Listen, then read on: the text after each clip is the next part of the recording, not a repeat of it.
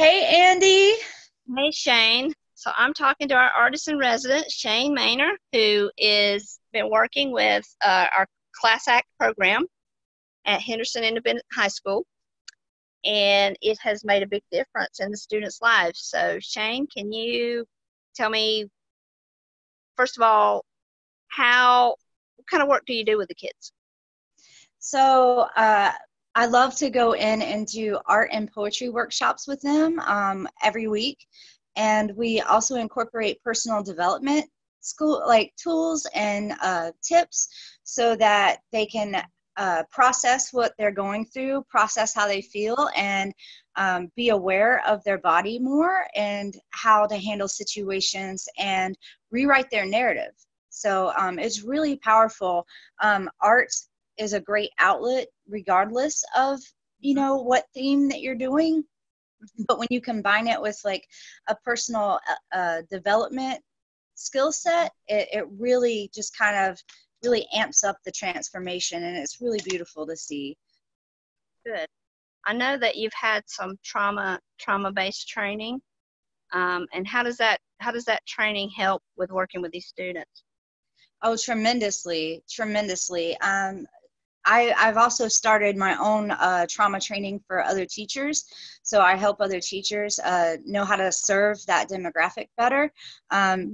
It's so vital that we keep in mind what their lives might be like and what they might be going through on a daily basis, and to know the science behind it. So to know the science behind cognitive skills and decision making and what's actually happening in their brain and their body, so that they don't get punished for being traumatized, which happens a lot in classrooms and school systems. You'll see a teen or a youth that is triggered, and instead of getting the services they need, they end up getting punished.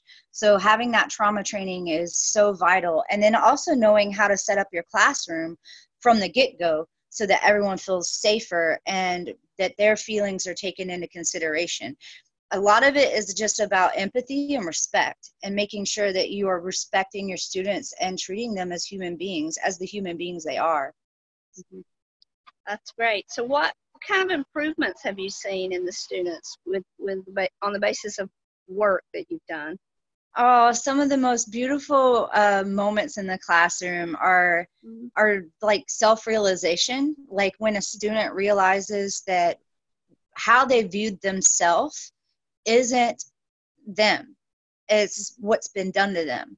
So like seeing them empowered and seeing them be able to detach from that narrative and create their own life and their own future is always so beautiful. And one of my favorite things is like walking in the first day and seeing everyone in their hoodies and everybody's like this, and then towards the end of the year it's like they unfurl and the hoodie comes off, and like their body language is more open, they're more confident, they're more excited about the future. And it's a process, it's not going to happen week one, but like to be able to notice like every little small win that they make.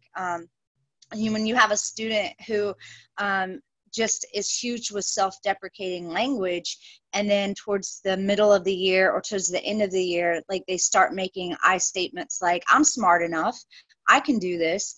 Like it's so amazing. And then everything else just follows suit. Like they get a job, they graduate, they get to go back to their former high school.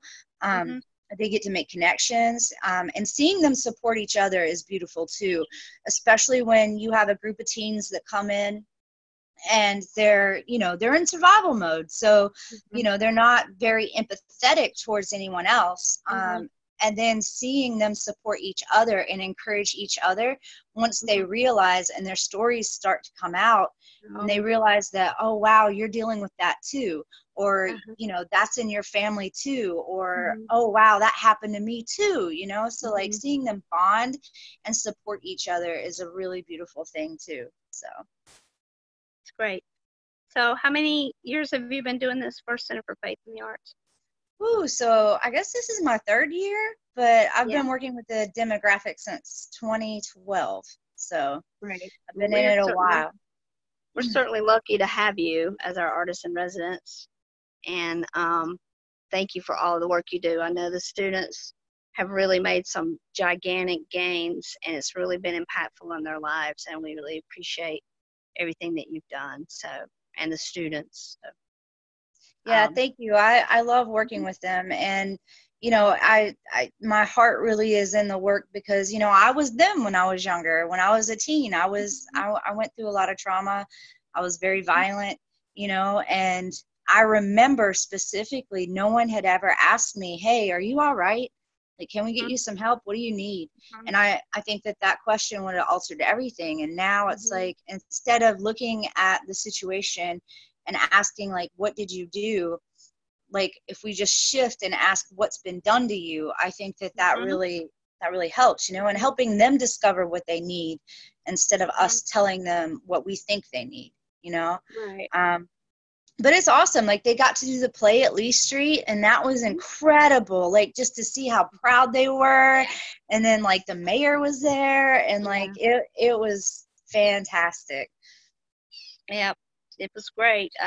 It's been a great experience, I think, all the way around. So, anything else you want to end with or say about the program? Yes, definitely. If you care, please get involved. You know, Henderson really needs a lot of resources still.